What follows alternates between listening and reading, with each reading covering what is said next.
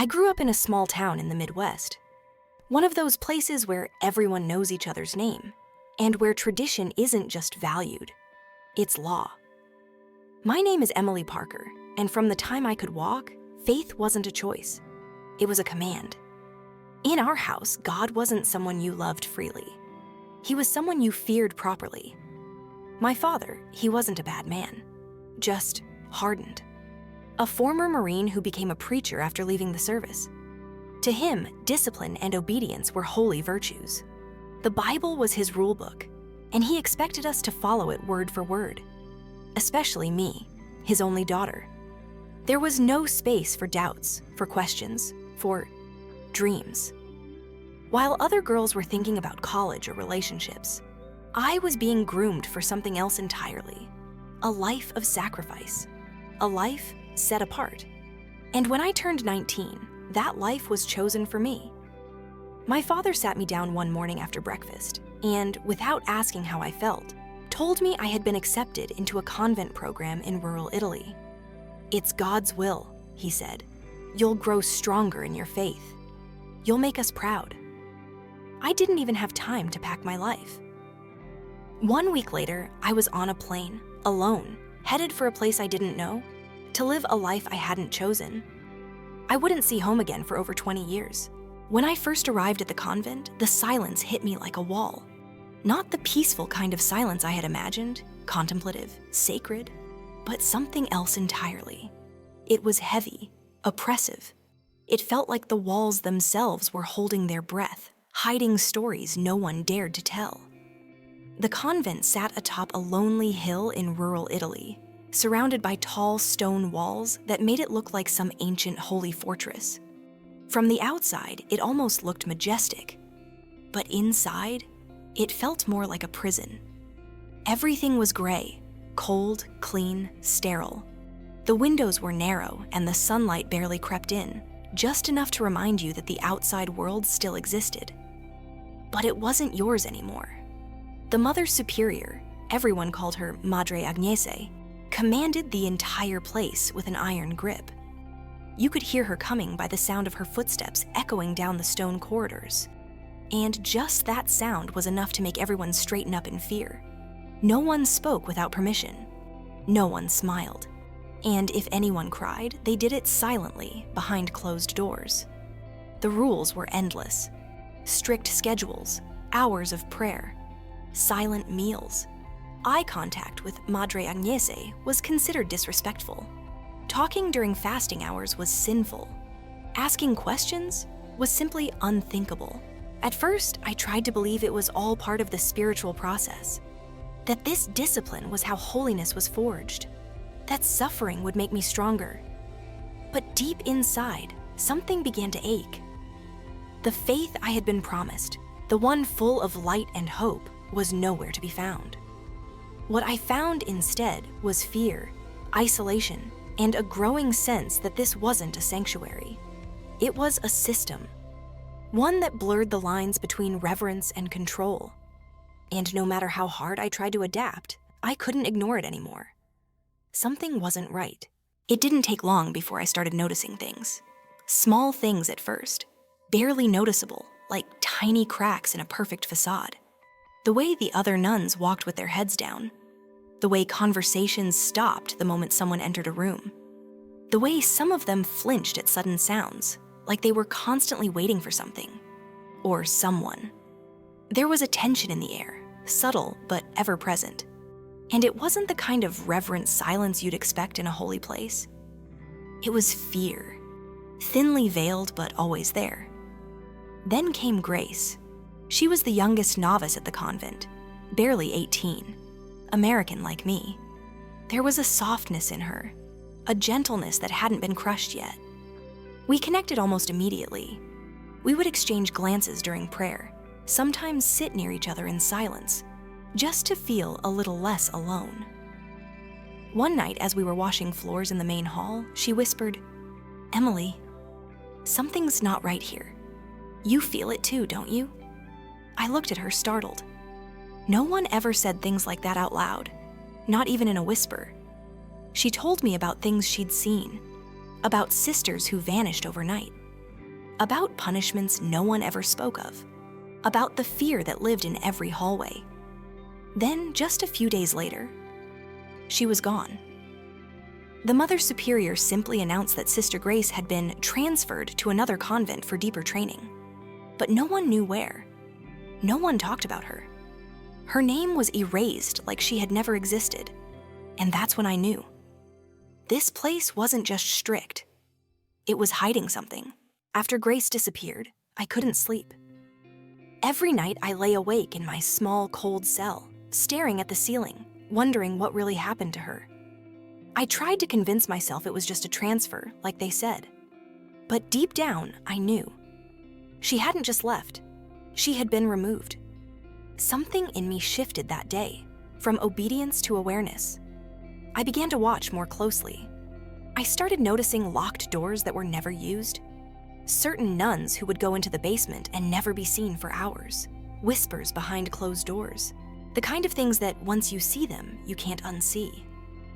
One afternoon, I was sent to clean an old storage room in the attic. It was dusty, abandoned, filled with forgotten furniture and boxes. As I moved some crates to sweep, something fell. A small leather-bound book hidden behind a beam. A journal. It was old, the pages yellowed and fragile. But the handwriting was clear. It had belonged to a nun who had lived there decades before. And what she wrote shattered me. She spoke of punishments, not spiritual, but physical. Isolation, deprivation, verbal humiliation. Long nights locked in cells. She described how girls who questioned authority were labeled rebellious and removed. Some never came back. She mentioned names. Some I recognized, others I didn't. There were notes about reconditioning and instructions to keep things quiet so as not to bring shame to the convent. My hands trembled as I read.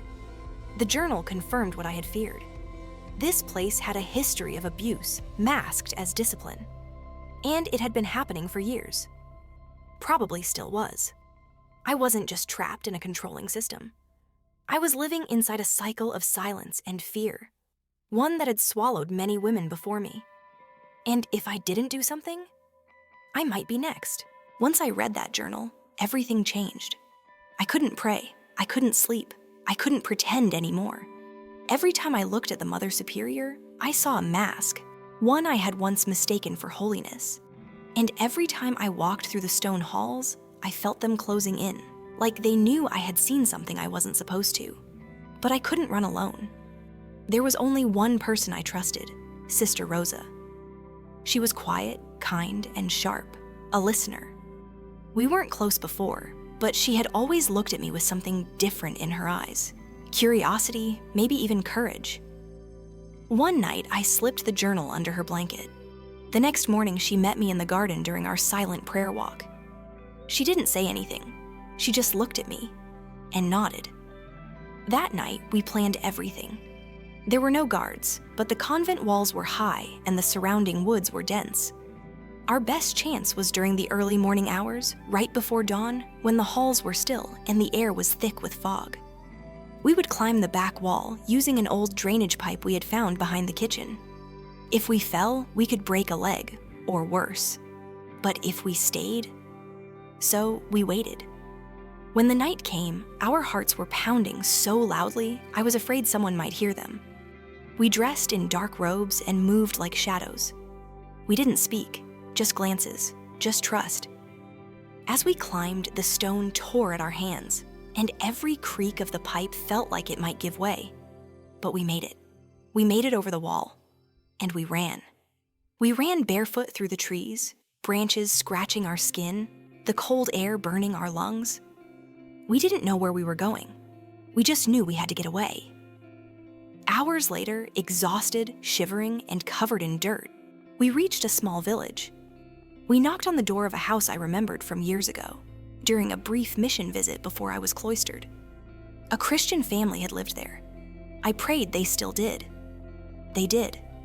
And when the door opened, we collapsed. When I opened my eyes, I was lying on a couch wrapped in a warm blanket. The scent of fresh bread filled the air, and for the first time in years, I felt safe.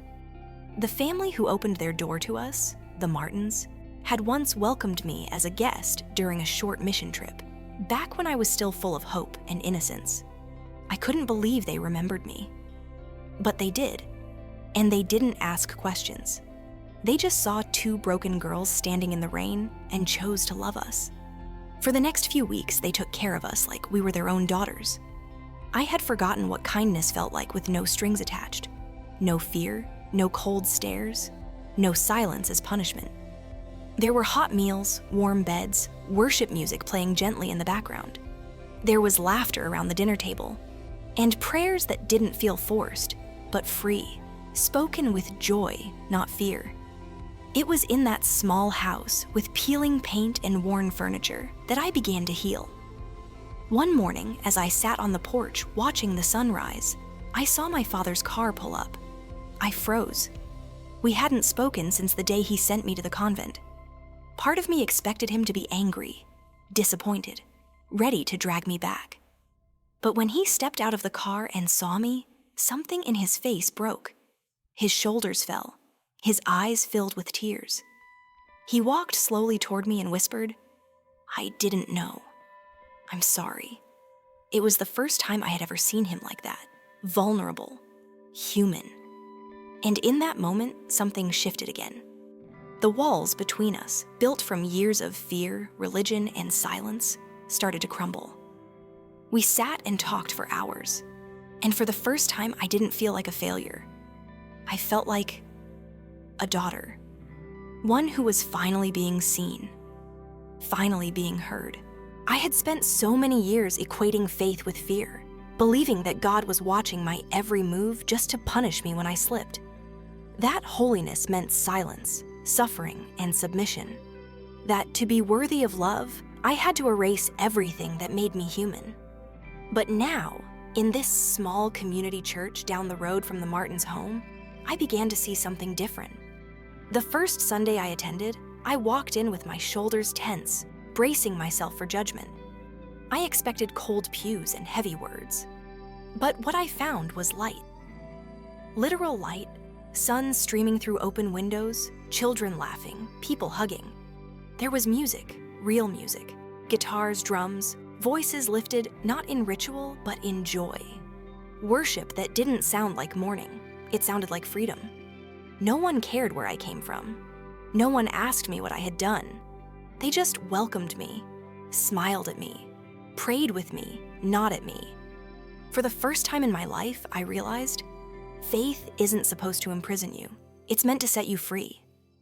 God wasn't a tyrant. He wasn't watching me with a scowl. He was a father, waiting, longing, loving me all along. I had spent years in a system that distorted his image, that twisted his word into chains. But here, I finally met the real Jesus. Not the one who punished me for asking questions, but the one who walked with the doubters, who touched the broken, who wept with the hurting, who freed the captives.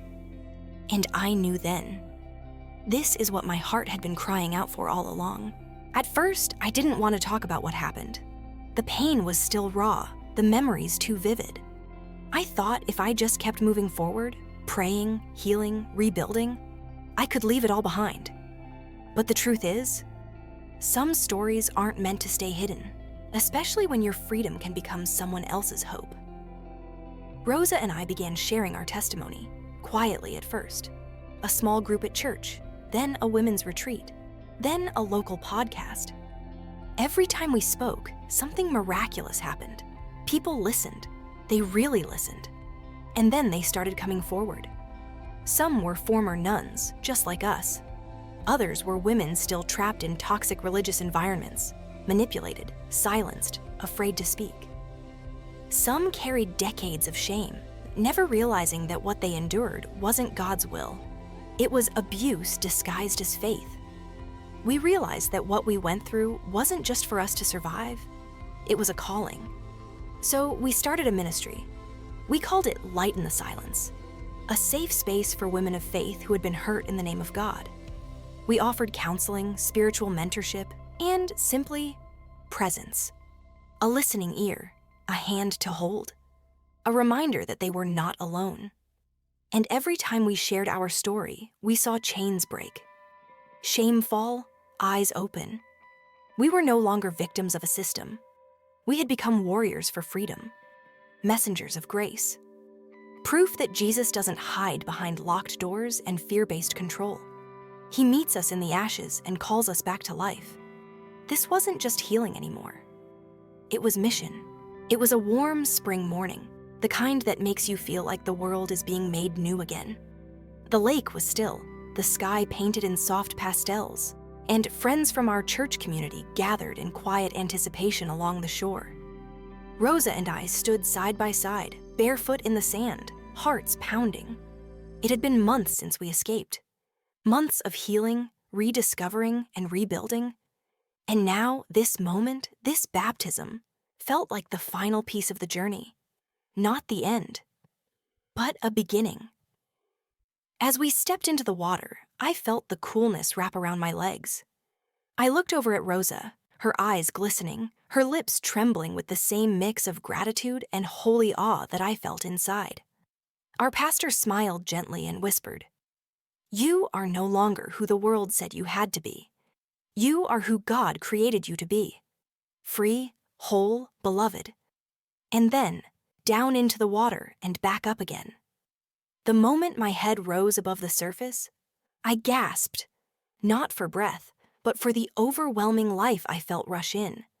As if heaven itself had cracked open above me and whispered, "You're home." The crowd cheered, clapped, wept. It wasn't just a religious ritual. It was a declaration that we were no longer defined by our past. That shame no longer had a voice. That control and fear had lost their grip. That we were reborn, not just spiritually, but emotionally, mentally, entirely. From that day forward, we lived with purpose, not just to survive, but to shine, to speak, to stand for those still stuck behind walls, spiritual, emotional, institutional. Because when you've walked through darkness and found the light, you don't keep it to yourself. You become a beacon for others. And that's exactly what we became.